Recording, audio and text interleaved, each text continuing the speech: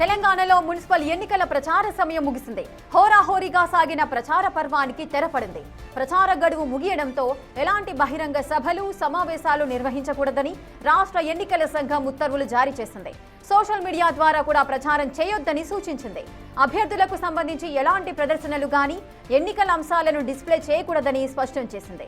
నిబంధనలు అతిక్రమిస్తే చట్టపరమైన చర్యలు తప్పవని హెచ్చరించింది రాష్ట్ర ఎన్నికల సంఘం.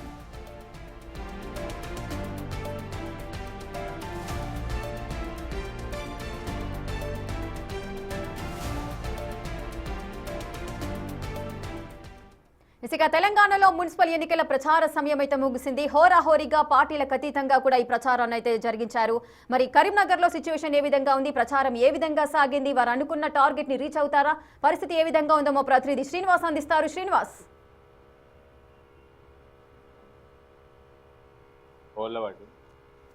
ఇక తెలంగాణలో మున్సిపల్ ఎన్నికల ప్రచార సమయం అయితే ముగిసింది. అటు హోరాహోరీగా సాగిన ఈ ప్రచార పర్వానికి ఈ రోజుతో తెరపడింది. అయితే ప్రచార గడువు ముగియడంతో ఎలాంటి బహిరంగ సభలు కానీ, సమావేశాలు కానీ నిర్వహించొద్దంటూ కూడా రాష్ట్ర ఎన్నికల సంఘం అయితే ఉత్తర్వులు జారీ చేసింది. ఇక సోషల్ మీడియా ద్వారా కూడా ప్రచారం చేయొద్దంటూ కూడా సూచించింది.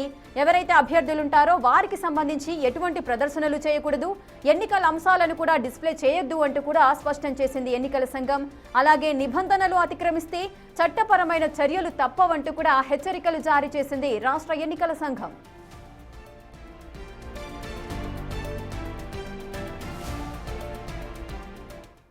ఇక కరీంనగర్ లో మున్సిపల్ ఎన్నికల ప్రచారం ఏ విధంగా సాగిందో పూర్తి వివరాలు మా ప్రతినిధి శ్రీనివాస్ అందిస్తారు. శ్రీనివాస్.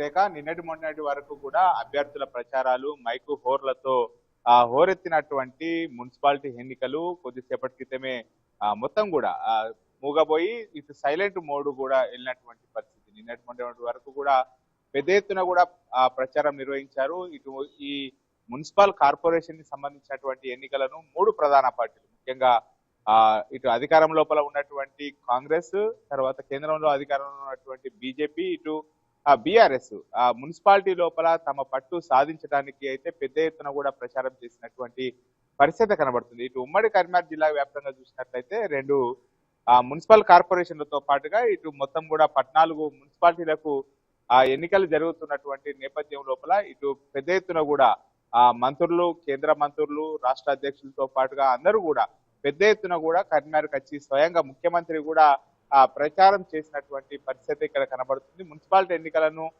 ఇటు అధికారం లోపల ఉన్నటువంటి కాంగ్రెస్ పార్టీ చాలా సీరియస్ గా తీసుకుంది. ఎట్టి పరిస్థితి లోపల ఉమ్మడి కరీంనగర్ జిల్లా లోపల ఉన్నటువంటి అన్ని మున్సిపాలిటీలతో పాటుగా కార్పొరేషన్ ఖచ్చితంగా గెలవాలని చెప్పి ఆదేశాలు ఇచ్చినటువంటి నేపథ్యం లోపల ఇటు దాదాపుగా 10 రోజుల నుంచి కూడా ఎమ్మెల్యేలు, మంత్రులు అందరూ కూడా మున్సిపాలిటీ లోపల విస్తృత ప్రచారం చేసినటువంటి పరిస్థితి. ఇప్పుడు ఎల్లుండి జరగబోయేటువంటి ఎన్నికలు చాలా ప్రతిష్టాత్మకంగా తీసుకున్నారు. ఎందుకంటే సర్పంచ్ ఎన్నికల లోపల ఇచ్చినటువంటి జోష్ తో ఇప్పుడు మున్సిపల్ ఎన్నికల లోపల ఖచ్చితంగా మున్సిపల్ కార్పొరేషన్ పైన తమ జెండా ఎగరేయాలని చెప్పి మూడు పార్టీలు కూడా భావించినటువంటి నేపథ్యం లోపల విమర్శలు, ప్రతి విమర్శలు చేస్తూ కూడా పెద్ద ఎత్తున కూడా ప్రచారం చేసినటువంటి పరిస్థితి కనబడుతుంది. కొద్దిసేపటి క్రితమే ప్రచారం అంతా కూడా ఇటు సమాప్తం అవడంతో ఇప్పుడు నిన్నటి మొన్నటి వరకు మైకులతో హోరెత్తినటువంటి నగరాలన్నీ కూడా మూగబోయినటువంటి పరిస్థితి అయితే కనబడుతుంది.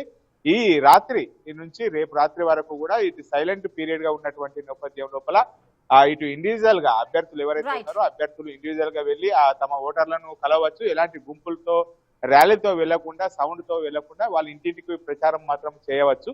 ఎల్లుండి జరగబోయేటువంటి ఎన్నికలు మాత్రం ఎలాంటి ఫలితాలు ఇస్తాయి అనేటువంటిది చూడాల్సింది. ఎందుకంటే స్వయంగా ఇక్కడికి వచ్చి ముఖ్యమంత్రి రేవంత్ రెడ్డి ప్రచారం చేశారు. మంత్రులు తుమ్మల నాగేశ్వరరావు, అడ్లూరి లక్ష్మణ్ కుమార్, పొన్నం ప్రభాకర్, శ్రీధర్ బాబు, అదేవిధంగా ఇటు కేంద్ర మంత్రులు బండి సంజయ్, కిషన్ రెడ్డి, తర్వాత బీఆర్ఎస్ వర్కింగ్ ప్రెసిడెంట్ కేటీఆర్ పెద్ద ఎత్తున కూడా ప్రచారం చేసినటువంటి నేపథ్యం లోపల ఇక్కడ కేటీఆర్ కు సిరిసిల్ల చాలా ఇంపార్టెంట్ గా మారినటువంటి పరిస్థితి.